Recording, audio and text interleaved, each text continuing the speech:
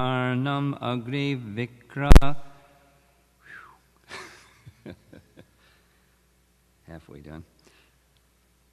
Yutavat atmana ayur harato ho ratran tan kala lava visheshan abhiganavya graheshu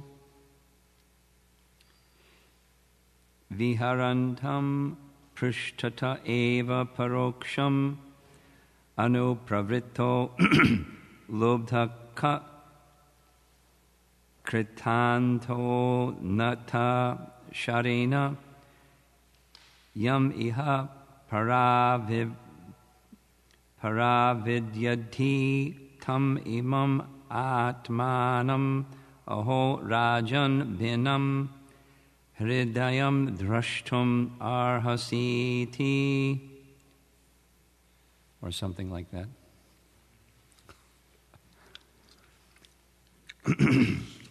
Translation. My dear king, woman who is very attractive in the beginning, but in the end is very disturbing, exactly like a flower, which is attractive in the beginning and detestable at the end. With women, the living entity is entangled with lusty desires, and he enjoys sex just as one enjoys the aroma of a flower. He thus enjoys a life of sense gratification from his tongue to his genitals, and in this way the living entity considers himself very happy in family life. United with his wife, he always remains absorbed in such thoughts. He feels great pleasure in hearing the talks of his wife and children, which are like sweet humming of bumblebees that collect honey from flower to flower. He forgets that before him is time, which is taking away his lifespan with the passing of day and night. He does not see the gradual diminishing of his life, nor does he care about the superintendent of death who is trying to kill him from behind. Just try to understand this. You are in a precarious position and are threatened from all sides. Report by Srila Prabhupada. Materialistic life means forgetting one's constitutional position as the eternal servant of Krishna, and this forgetfulness is especially enhanced in the Grihastha ashram.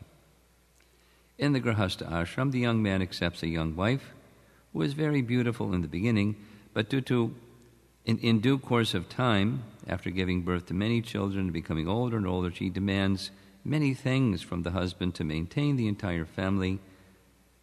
At such a time, the wife becomes detestable to the very man who accepted her in her younger days. One becomes attached to the Grihastha ashrama for two reasons only. The wife cooks palatable dishes for the satisfaction of her husband's tongue, and she gives him sexual pleasure at night. A person attached to the Grihastha ashram is always thinking of these two things, palatable food and sex enjoyment. The talks of the wife, which are enjoyed as a family recreation, and the talks of the children both attract the living entity. He thus forgets that he has to die someday and has to prepare for the next life if he wants to be put into a congenial body. Paragraph.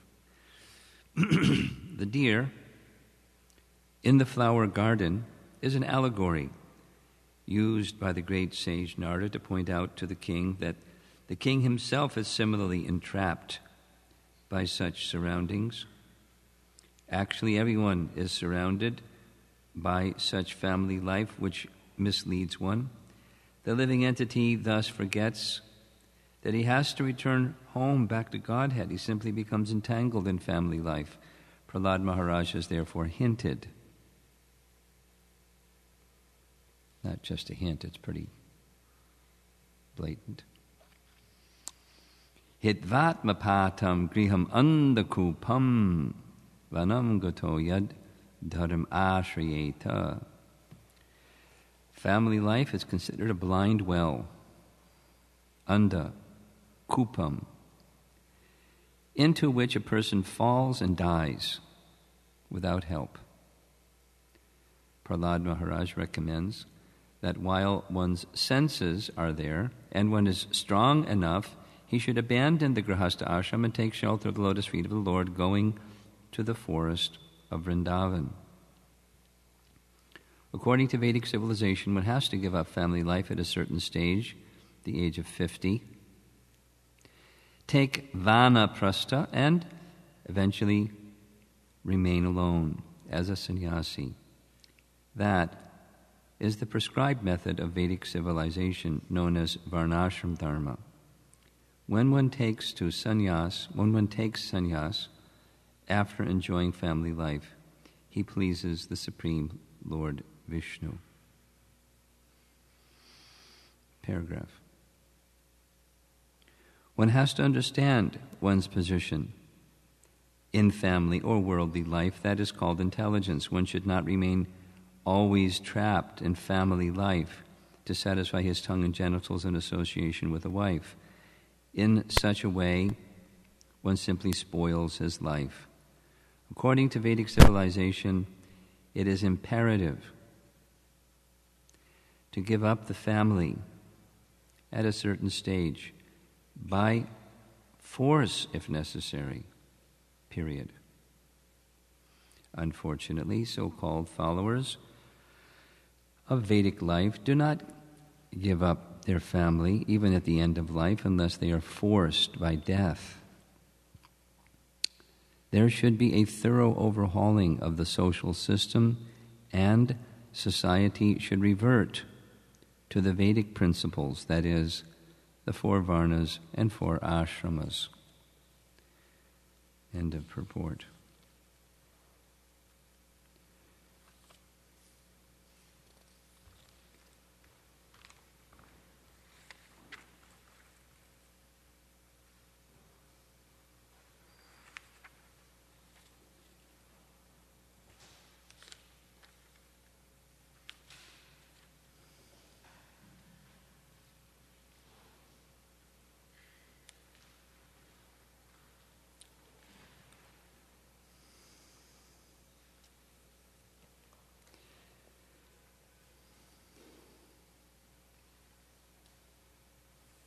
It's interesting that Prahlad Maharaj is saying the same thing as Narada is saying. Prahlad Maharaj is speaking to his classmates. Narada is speaking to a king, and the king has to hear an allegory. Allegories are told when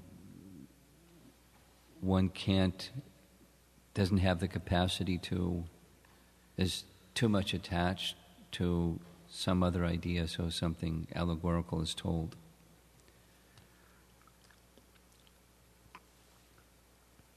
Just gives some indication of the position of King Prajini Bari. And also gives some indication of how, as followers of Narada Muni, we sometimes need to tell people stories so they can get the message embedded in the story.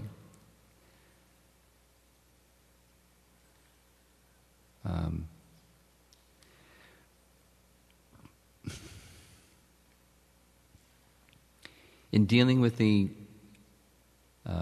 10,000 sons of Daksha, the Haryashvas, Narada wanted to test the acumen, the qualification of the Haryashvas before he invited them to move directly to a brahmachari position. And he also told an allegory, an allegorical place, that where there's a river that flows in both directions. And there's a whirling machine that has sharp razor blades and slices anyone who enters into that realm. And so many. He's describing the position of fruitive activities in the material world. And there's an option. There's a place where one can go that has this entry as a small hole, and upon entering you don't come back. Anyway, the Haryashvas understood very clearly. And they explained, this means this, and that means that, and the other thing means the other thing. And what you're telling us is we don't need to engage ourselves in fruitive activity and family life, and we should just go to the personality of Godhead, just from hearing the allegory, without the explanation. They understood, and they were ready.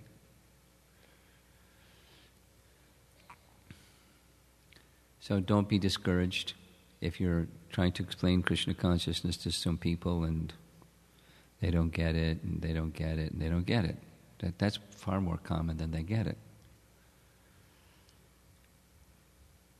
One of the assets of Srimad Bhagavatam is it gives us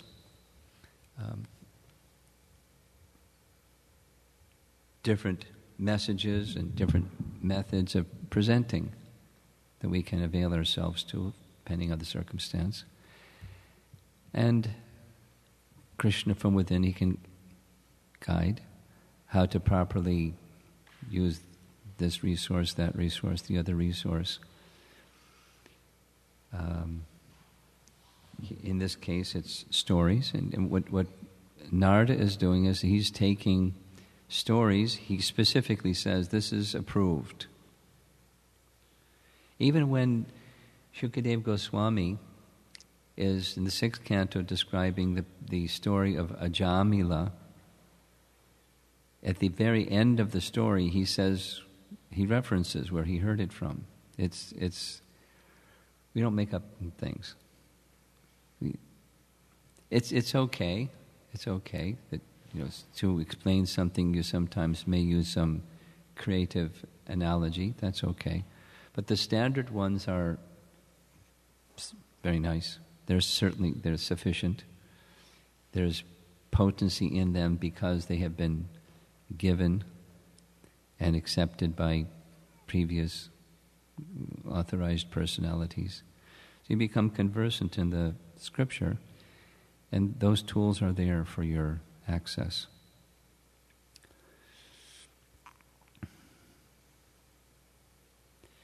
So,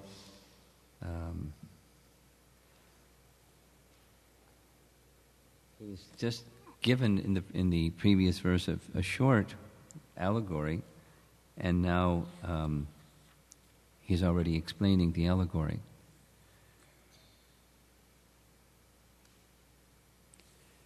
And then there's an allegory within the allegory, metaphor within the allegory. The metaphor is as the deer is in the garden enjoying nice grasses with his female deer, his wife. Now it's describing the wife to be like a flower. Now we normally don't think of flowers as, when they wilt, they're detestable. But what's being described specifically, Narada announced ahead of time that this is a description of fruitive activity. It's the same as what Krishna says in Bhagavad Gita, happiness in the mode of passion. What does he say about happiness in the mode of passion? In the beginning it seems to be very nice. In the end it's like poison. Very nice. Poison. So the allure of sense gratification is like a flower, very nice, but it entangles one, the allure of sense gratification entangles one in very complex circumstances, we have all had the experience of spending time with someone that's taking interest in Krishna consciousness, and you scratch the surface a little bit and you find all this entanglement and complexity. Wow. And this thing and that thing and the other thing, and largely they're looking for a material solution to a material problem rather than a spiritual solution to a material problem. It's, image-wise, it's like trying to adjust the shadow without addressing the object that's casting the shadow.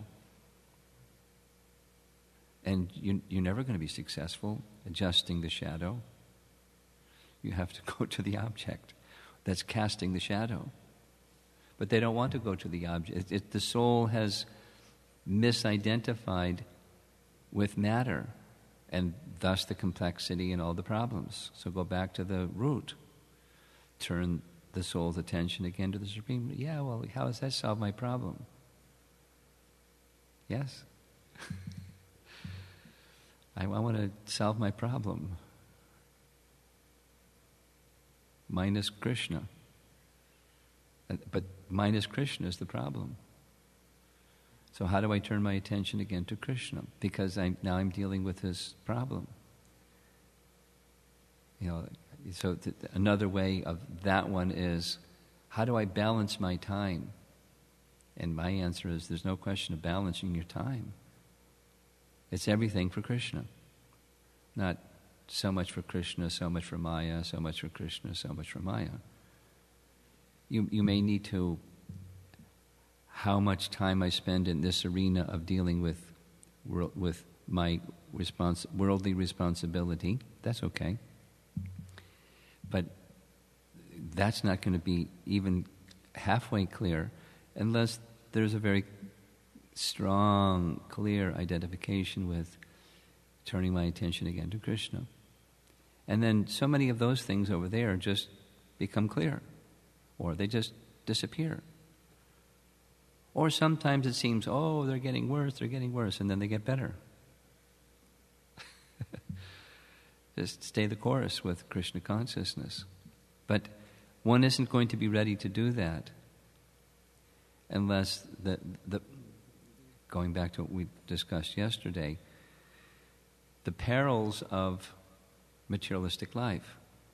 I said, repeated what Prabhupada had said, that one of the primary duties of a spiritual master is to help the disciple understand the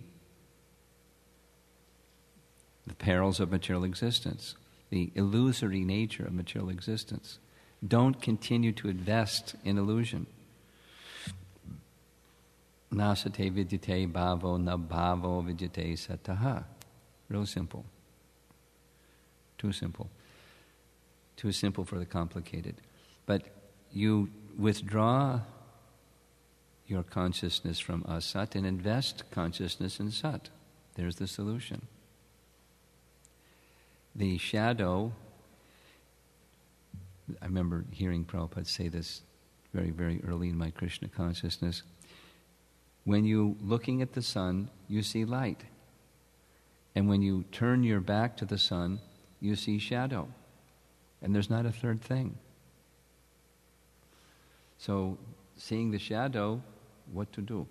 Turn to the light. Very simple. Same message. Nasate vidyate bhavo na bhavo. Ubayor api drishton tas tvanios tattvadarshi. The tattvadarshis, this is their advice.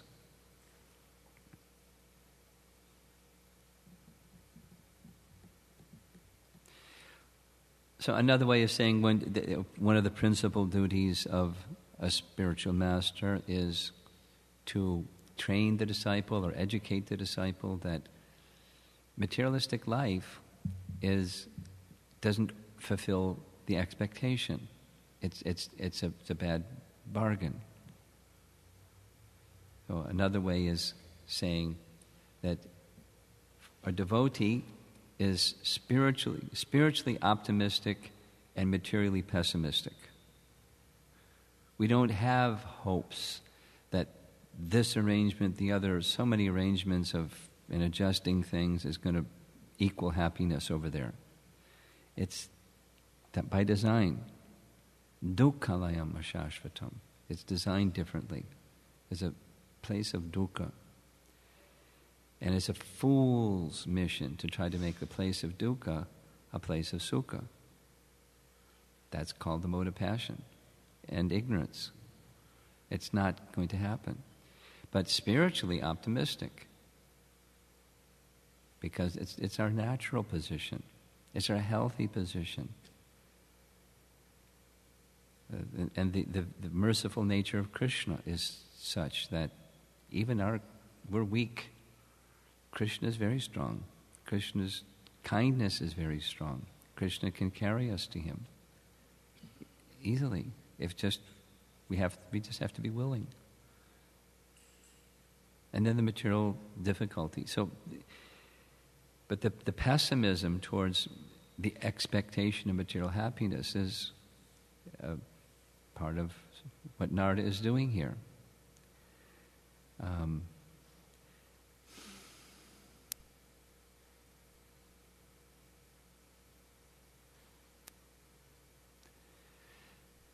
It was, as I was reading this, I was thinking, my goodness, one way of reading what's here is who in their right mind would consider, this is a very nice verse, let me take up Grihastashram.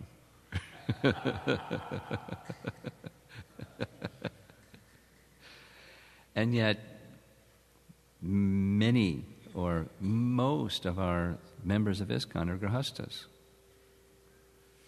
So what happened? Did they miss this page, or just didn't hear the message? It's not just this page. It's it's abundant. There's chapters on the topic, just in this little section. And Prabhupada makes the distinction, the Grihastha and the Grihamedi. And so many things when Prabhupada would speak about women, then he would say sometimes, this means non-devotee women and devotee women. It doesn't apply. It's not the same. So that's a compliment. Then the devotee women must be devotee women. I'll share a little Prabhupada story. This is from Mayapur, 1975, I think.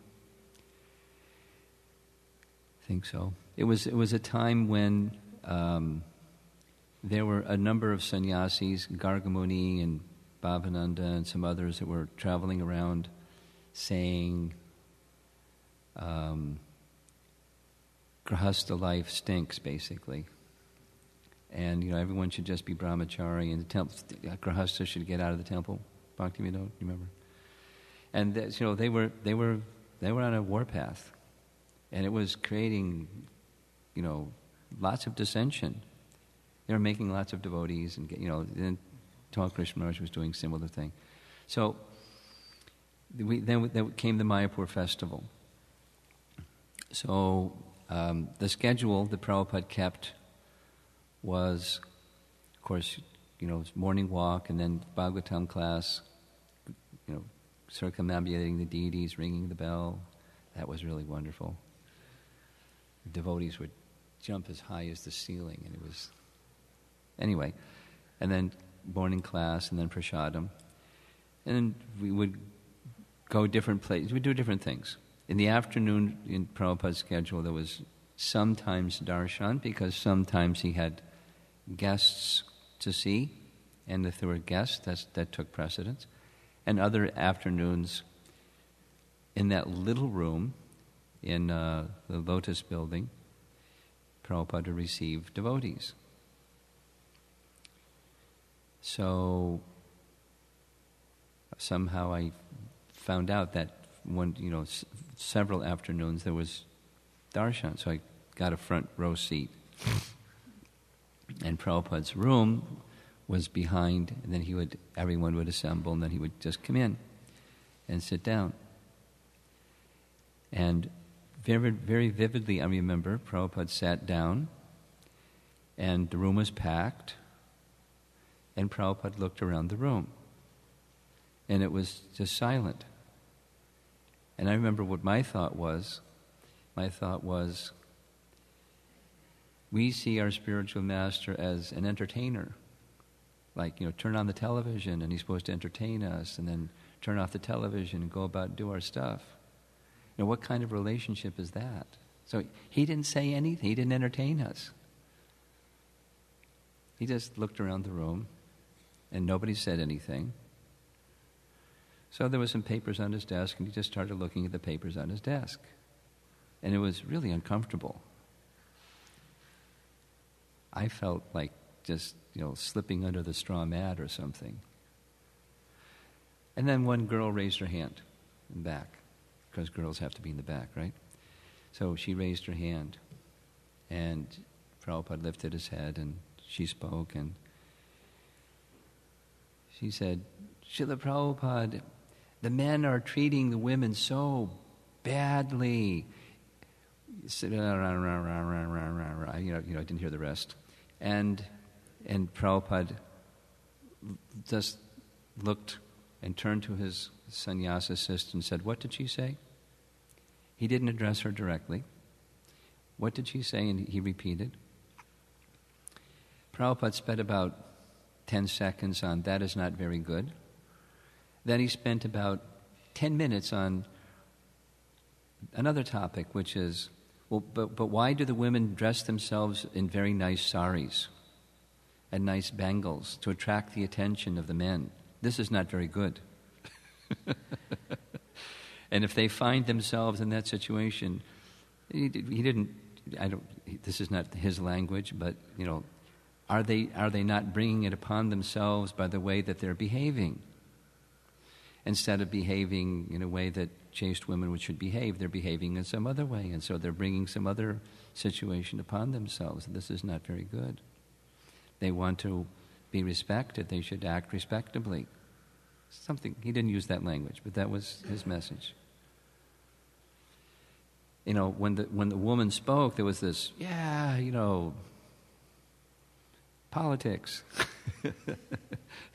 And when Prabhupada spoke, it was, politics got defeated.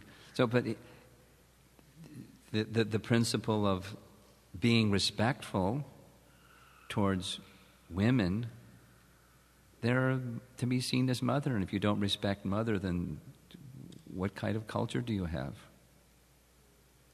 And then on the other side, then the mother should behave like mother, not like something else. So the way of life where one sees another as an object of sense gratification, like the example of a flower, whether it's the bumblebee or the person smelling the fragrance of the flower, if another, man seeing a woman or woman seeing a man or whatever, seeing some person or some object as an object of sense gratification, that's detestable.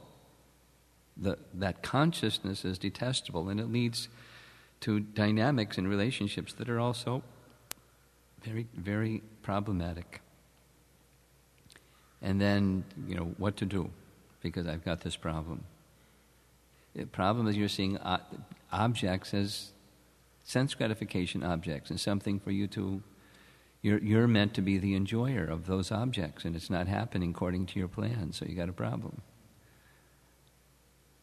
The approach to life needs to be changed.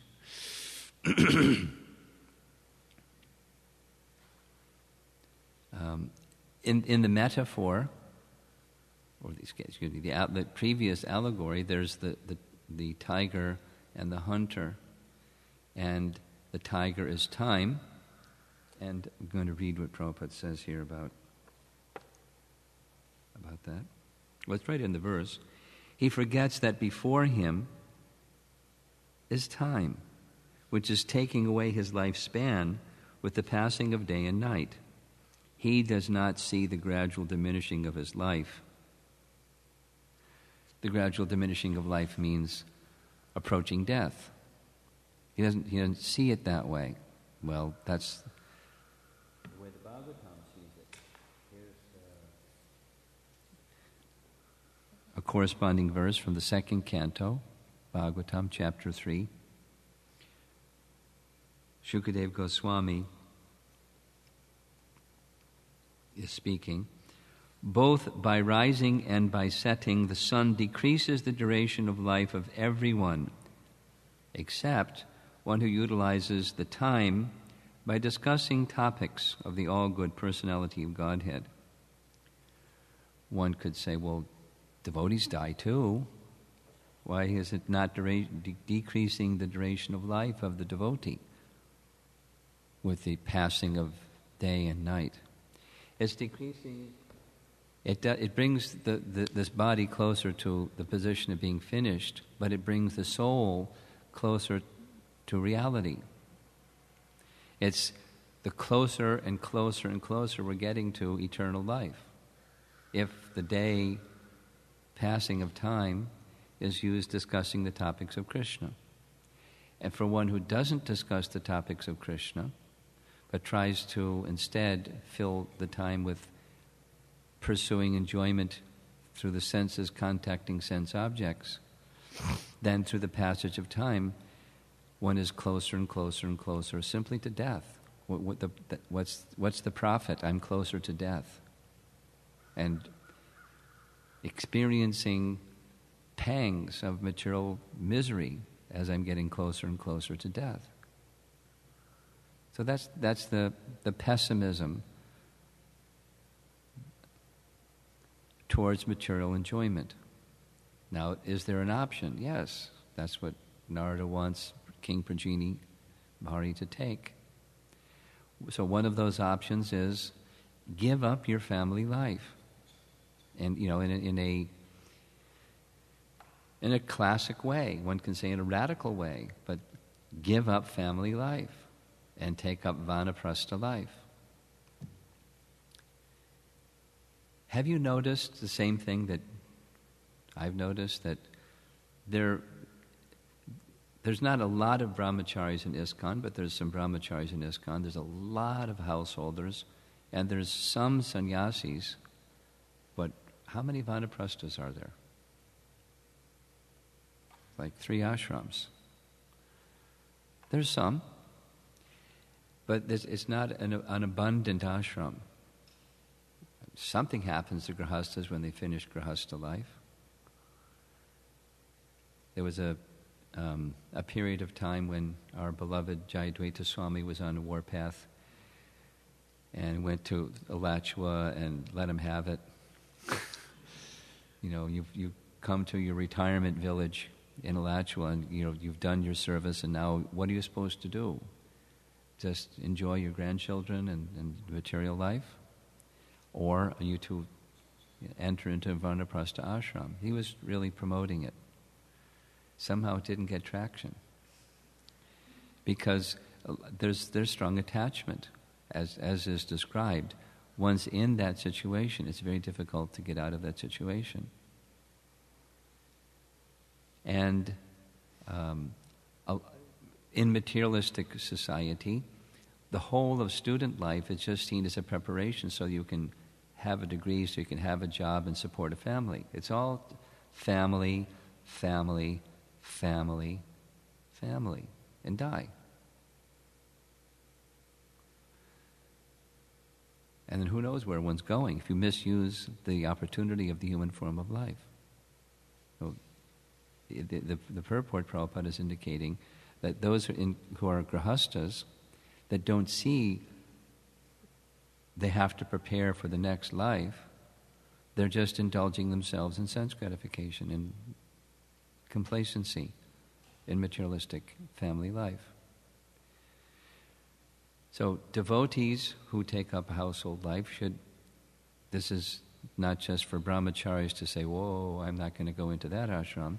It's for householders, grahasthas, who can understand, while I'm in the family life, it's not flower smelling, that's my program. It's purifying my existence so that I can move on to the vanaprastha stage and sannyas stage. Do my duties in this ashram, fulfill them nicely, move on to the next ashram, fulfill them nicely, move on to the next ashram. Progressively.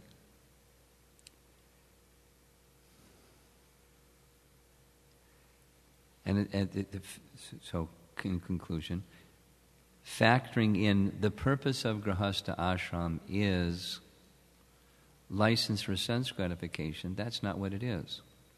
And if one thinks that way, then one isn't going to spiritually progress.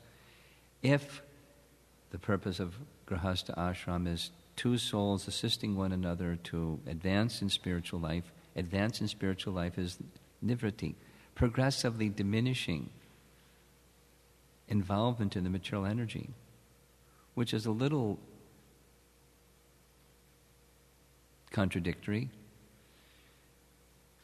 when you consider what Grihastha ashram is. But devotees that are clear what the purpose of human life is, they'll also be clear what the purpose of Grihastha ashram is, and they can move towards progressively diminishing material involvement.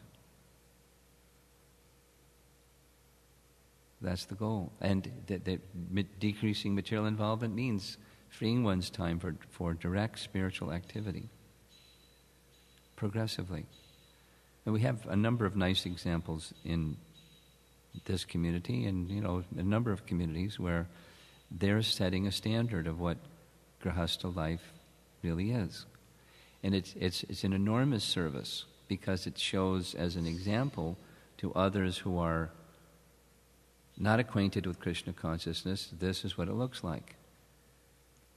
Some of them are with children, some of them are without children. And like I mentioned yesterday, Bhakti Siddhanta Saraswati Thakur saying, if I can produce God-conscious child, I'll produce hundreds of them.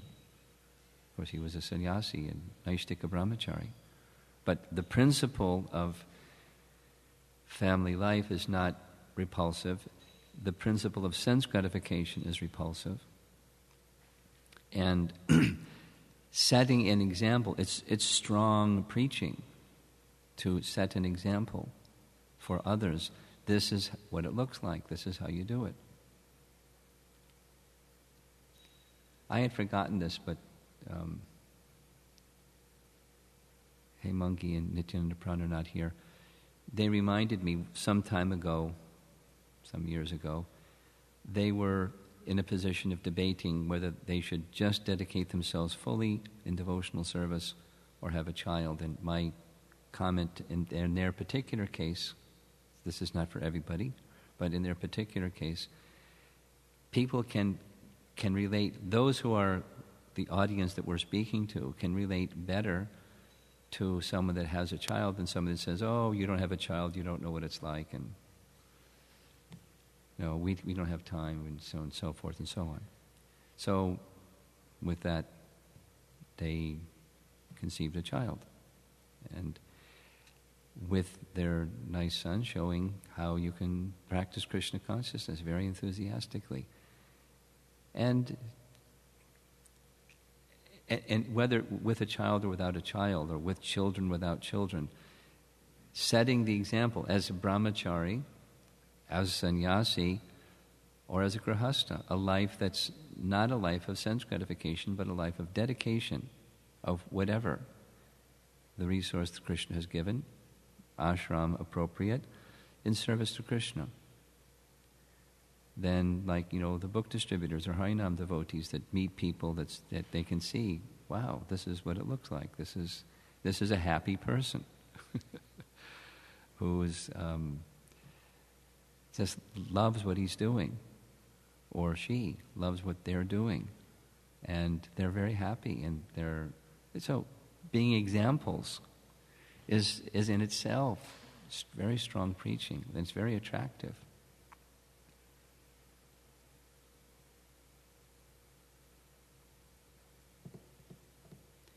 Without sense gratification.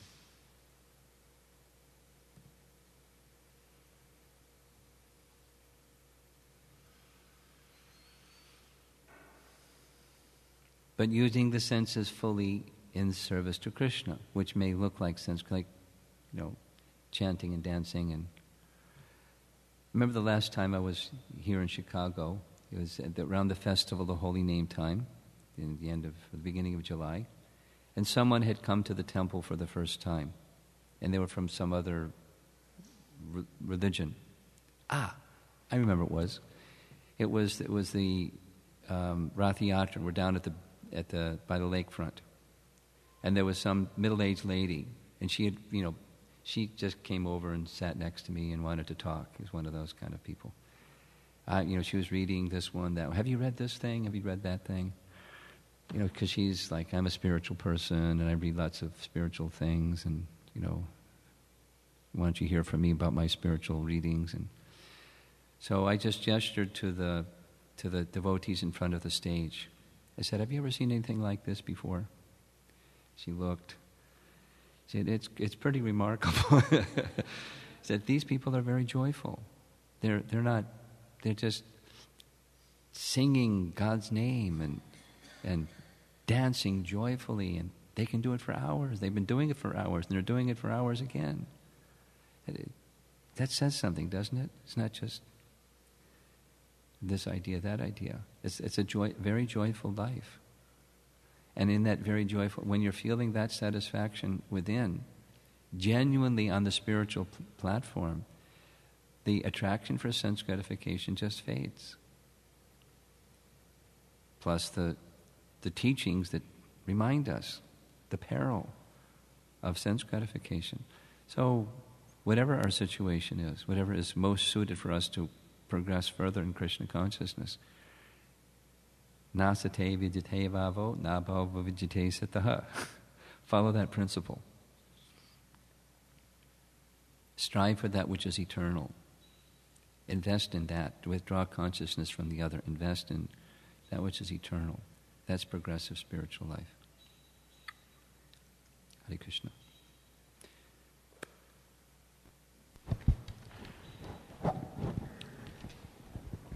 Thank you, Maharaj. I have a couple of questions. I want to also first glorify our grihastas in this community, because many brahmacharis who have passed through here over the last 2 years have had somewhat of a stereotypical idea of grihasta ashram, tending toward the negative side of it. And after seeing our devotees in this community, their whole idea got changed just by seeing the devotees serving here over the course of 2 or 3 days. Their whole concept of grihasta ashram became transformed. So I wanted to just offer that glorification for our grihastas here in this community. I feel safe as a brahmachari in this grihasta community. So I wanted to say that as a glorification. I have a couple of questions. My first question is, you were mentioning in the beginning of the class how Prahlad Maharaj gave the same instruction to the kids. And I was thinking also it's interesting that we don't hear about him so much taking Vanaprastha sannyas. Vanaprastha, he was a king. He became a householder. Yeah. So I thought he had children. Children. So I thought that was kind of interesting. Even though he speaks the same type of instructions in his own life, he actually accepted Grihastha ashram. And we have many examples in Gaur Lila also of such things. So I was kind of wondering that example, we might take one might take shelter of that example as a reason not to accept a more renounced position in the matter of practically evolving their Krishna consciousness. So because I'm doing devotional service and it's okay. So I was wanting to know how, I guess as an individual, but it seems that in the stage of conditioned life, to go through those 4 ashrams is more or less kind of essential to really come to the stage of real Krishna consciousness. So that's my first question, so maybe you can comment on that. Well, I could say something on both sides of that topic. The one that's on, I'll do the renounced one second. So that in Jaiva Dharma, it's a novel, but within the novel, Bhaktivinoda Thakur is teaching nectar, or Bhakti Rasamrita Sindhu, a nectar of instruction, and he's giving scriptural lessons. But the storyline is there are 2 young boys, or young men, from Calcutta, and they want to go on a adventure, so they go to Mayapur. And there they meet these sadhus. So as time goes on, the parents, those of you that are Indian by birth, you'll recognize this one right away. The parents started panicking. Oh my God, they're going to become renounced, so we better get them married. Hurry up and get them married. So there are all these plans and stuff to get them married. And they didn't want to get married. They wanted they wanted the other. So they went and asked their, the Mahasaya. And his answer, now this is, my reading is that it's Bhaktivinoda Thakur's advice. But he says, in this age it's very difficult. Therefore, better you take household life and live it properly than on the other side. So that's like one idea, at least, of a general instruction. We'll go now the other side. Bhaktisiddhanta Saraswati Thakur, I haven't read it, but I know that Bhakti Vikash Maharaj has spoken about it, that Bhaktisiddhanta was really strong about renounced life, brahmachari life. And his purpose was for the mission. To expand the mission, we must have full-time people that are doing full-time service. Otherwise, the mission isn't going to move forward effectively. So there was one story where the parents of one brahmachari wanted to come, and because they heard that Bhaktisiddhanta was visiting that temple, they wanted to confront him, and we want our son back. So he had the son hide under his cot, and put a cloth down so the parents couldn't see their son. And he wanted their son, to hear him speaking to his parents, how he spoke to his parents. Oh, just like he's not here. It wasn't. He was not speaking the truth because he was there. He was there, right under him. But for the sake of the mission, that higher cause, he did like that. And what he said to his parents pacified the boy, the young man, that I'm doing the right thing. I'm following Guru Maharaj. But so, for the purpose of the mission specifically, and when given proper protection and association, then it's possible. Now, I don't know what happened with that person afterwards, but at least in the position of Bhaktisiddhanta, that's what he did. Similarly, Prabhupada, for the sake of the mission, following Bhaktisiddhanta, he encouraged brahmachari life, sannyas life. Whether it was sustainable or not. Now, the times have changed, and now we want to do that which is sustainable. But for the mission, it was sustainable or not. I remember when Rishi Kumar was 21 and Prabhupada gave him sannyas. And everyone was going, wow, 21, sannyasi. And he didn't endure. Then there was another, from my experience,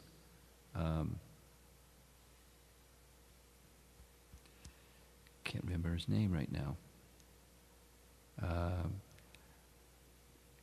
Because I had joined the Hare Krishna movement from my association with devotees in Buffalo. Janamejaya is his name. Janamejaya was married. His wife was Taradasi. So Taradasi left the temple, and then Prabhupada was considering Janamejaya for sannyas, early 20s. And then Prabhupada was considering giving him the service of going to Atlanta and starting a center in Atlanta as a sannyasi, because Prabhupada had previously done that with 4 other sannyasis. Anyway, so Taradasi decided she would go back and be with her husband. So instead of sannyasi, became a grahastha. But it was, in that short period of time, it was grahastha, sannyas, grahastha. It was expansive.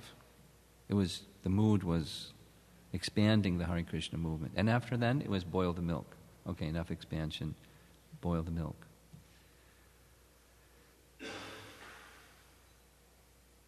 So there were periods of time when Prabhupada did like that. But then he saw, as you know, that boys and girls, they like to mix, and so I have to get them married. And he saw that was disaster too, without proper training. And so proper training Grihastha, proper training Brahmachari. So now back to what you had said. As an individual, my advice for an individual who's considering what is the proper ashram, look inside and see what's my nature and watch that over a period of time. And, under guidance, and watch it over a period. If it's my nature to be, and if nature means I'm contented. Prabhupada's description of a brahmachari is little prasadam, lots of devotional service, hearing and chanting, and at the end of the day, he lies down in 6 feet of space and says, this is the life. That's brahmachari.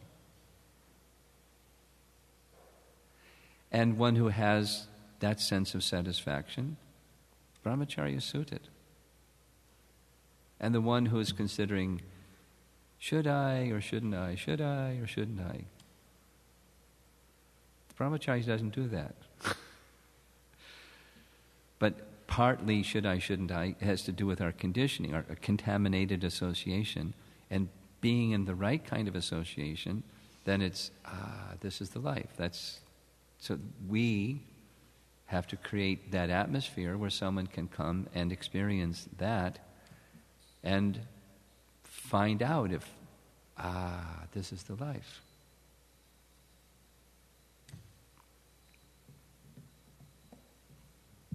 So it's individual, as you said I would probably say, I'm saying. It's individual.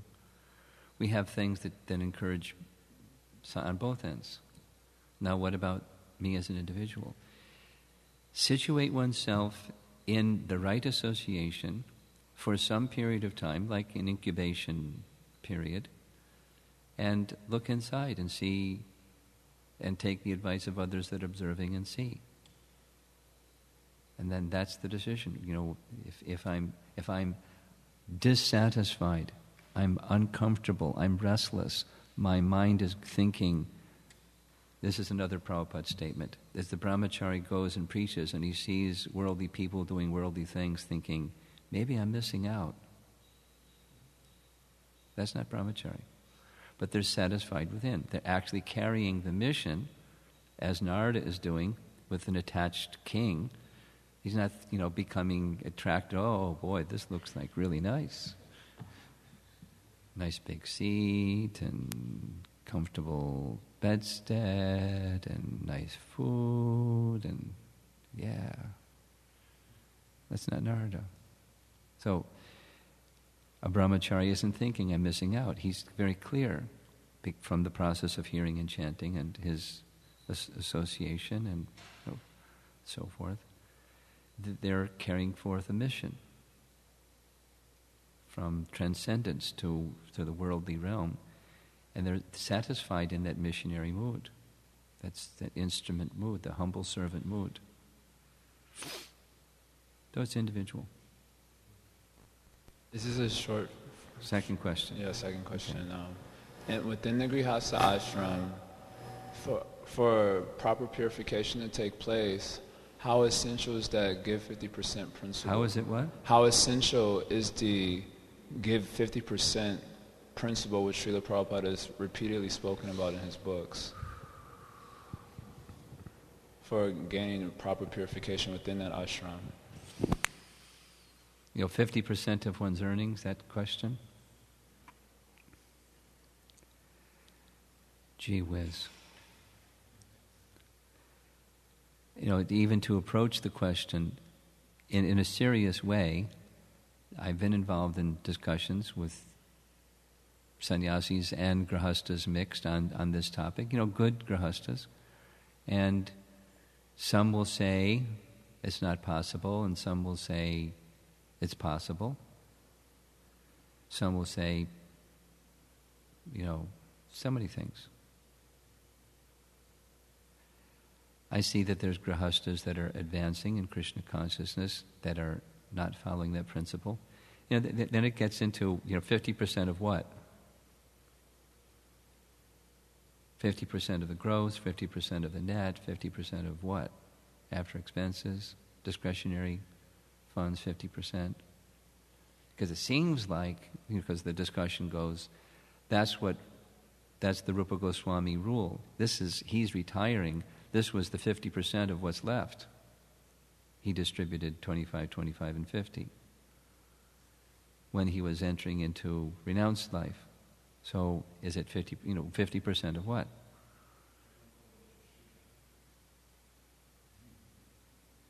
Yeah, he's pretty unique. He's pretty unique. Pretty unique. And it's like simple living, high thinking. We have all these nice things that Prabhupada said about our rural communities. And how many people are ready to live like that? Living from the land, simple living. Most people look like hard work. You use your extra time for cultivating Krishna consciousness. It looked like a lot of hard work and no time for Krishna consciousness. And on the other hand, anyway, so it gets very complicated, frankly. Someone, Malati, sent just yesterday some statistic, because she's in Cleveland for Janmashtami. So the Amish people, one of the places they're centered is near Cleveland. So every 10 years their population is doubling. And the reason is because somebody gave some whole analysis of this recently. The children are not a burden. They're part of the force to cultivate the land. So they have big families. And obviously they're very strict, but they have big families. And big families produce bigger families. It's a whole dynasty, the Amish dynasty. Because they're living with the land. And I'm sure they work hard. I don't know what their sadhana is. But they're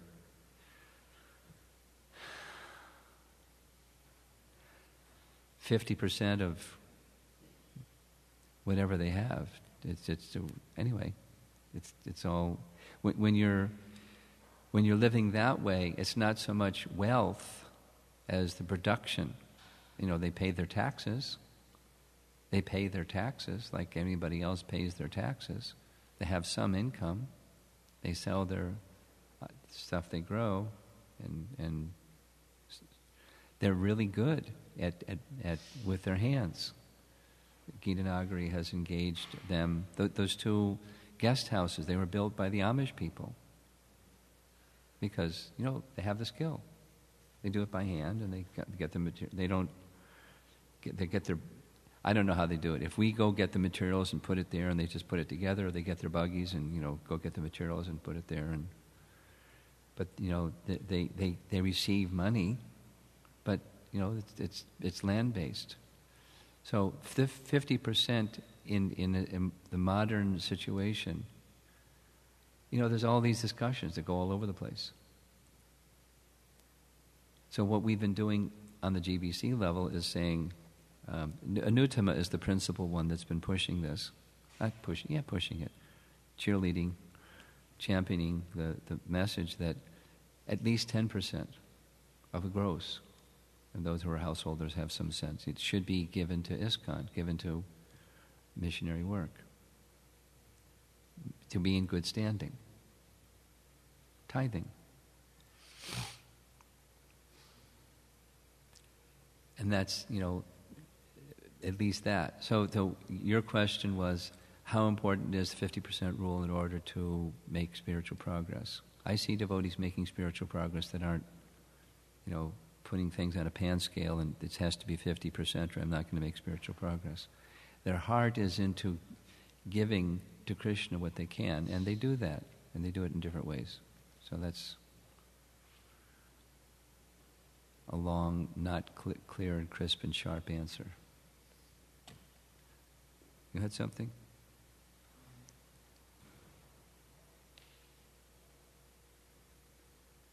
You forgot it? Okay. Goloka.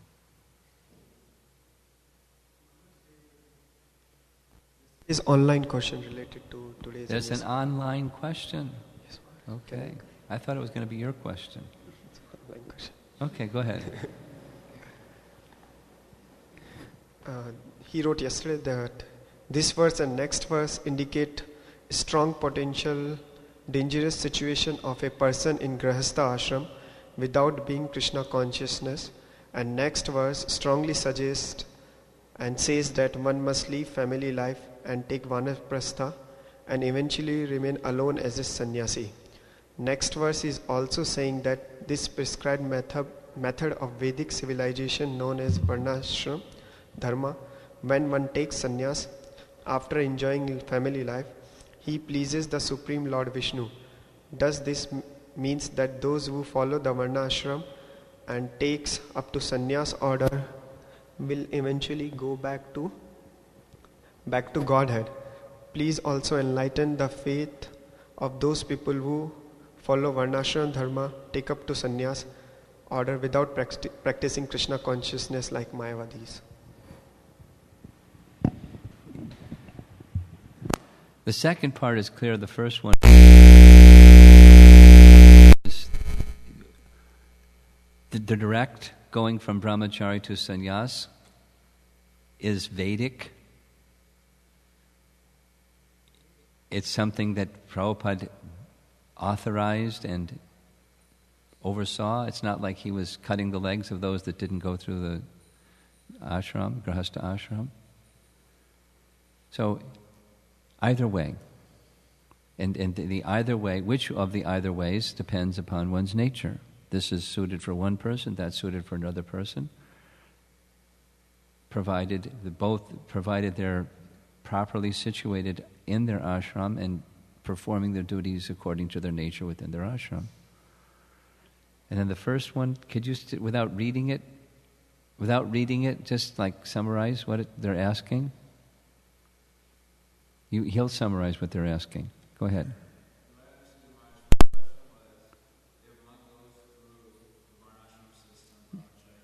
Yeah.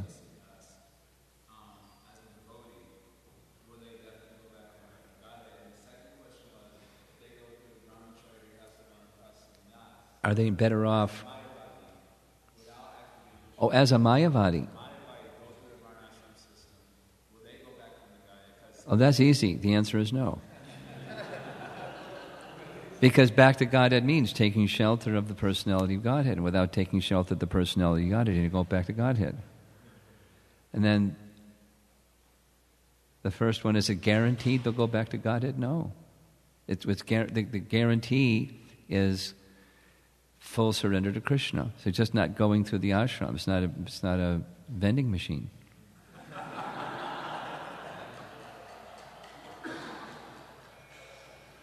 Put in your quarters and pull the lever and...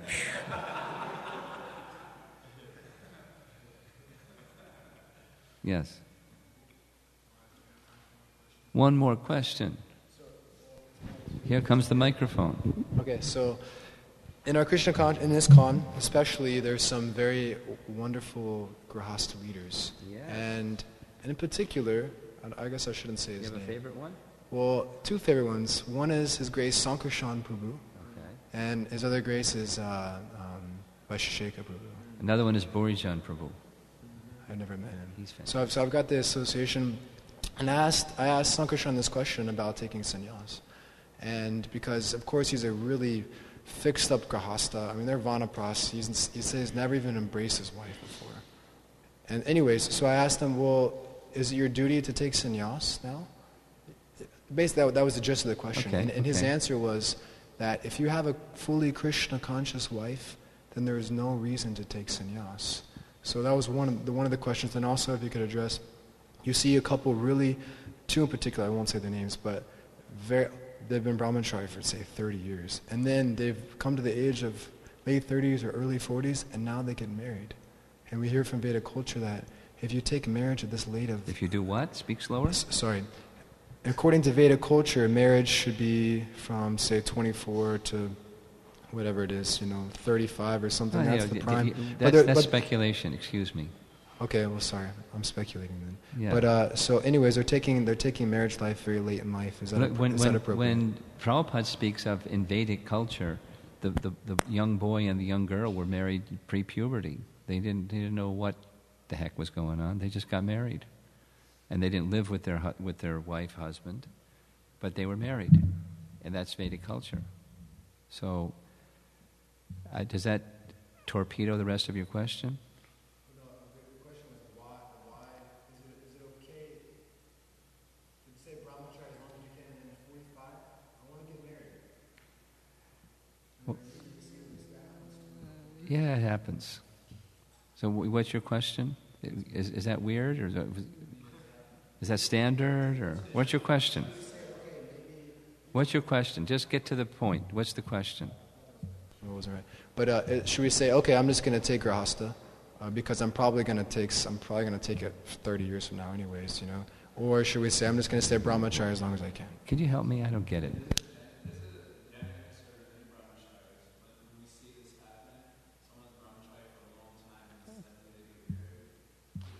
You get whiplash.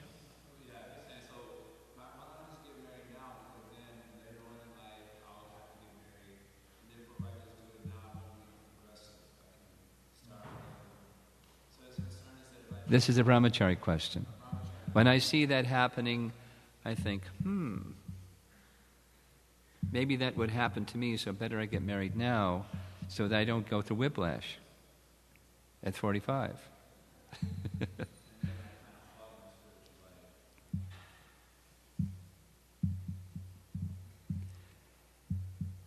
Gee whiz. Huh? It comes up all the time.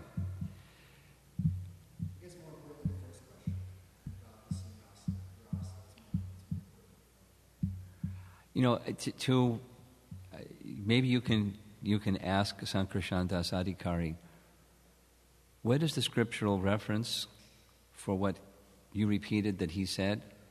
He told me that GBC said, he told him that he said you're better than sannyas. Okay, great. but if the statement is, when one's wife is Krishna conscious, one need not take sannyas, I would like to know what the scriptural reference is for that. Because I don't recall ever coming across something like that. I recall when you reach a certain age, you take sannyas. You enter vanaprastha, and then after some time you take sannyas. That's all I recall hearing, not the other. Now the Whiplash program,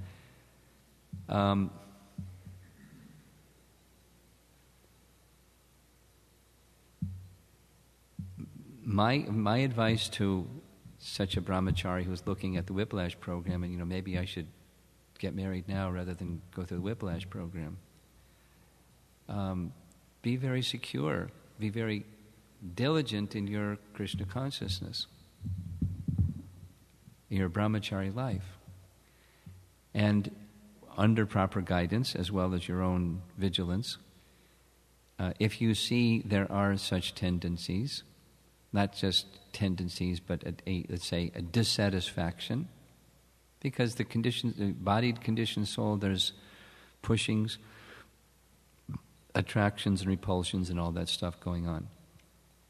If I see that I'm just not satisfied, there's an itching and I want to scratch the itch, then don't pretend.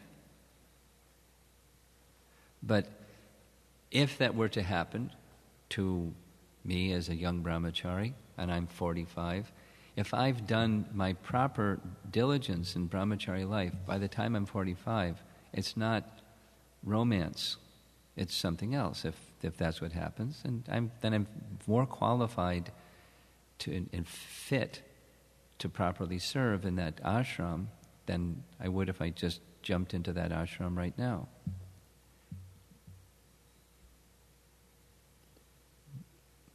Better than jumping is make the ambience and the support structure within the brahmachari ashram proper.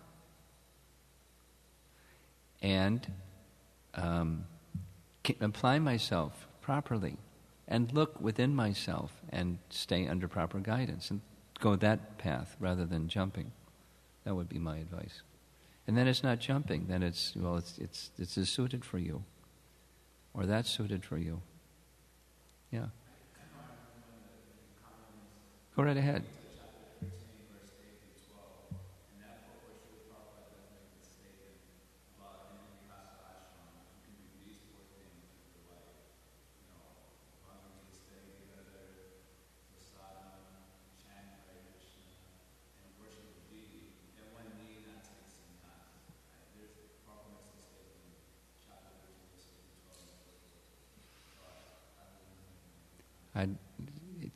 A grahastha need not take sannyas. Can you show me? I mean, I can not right now, but no. Okay, nice.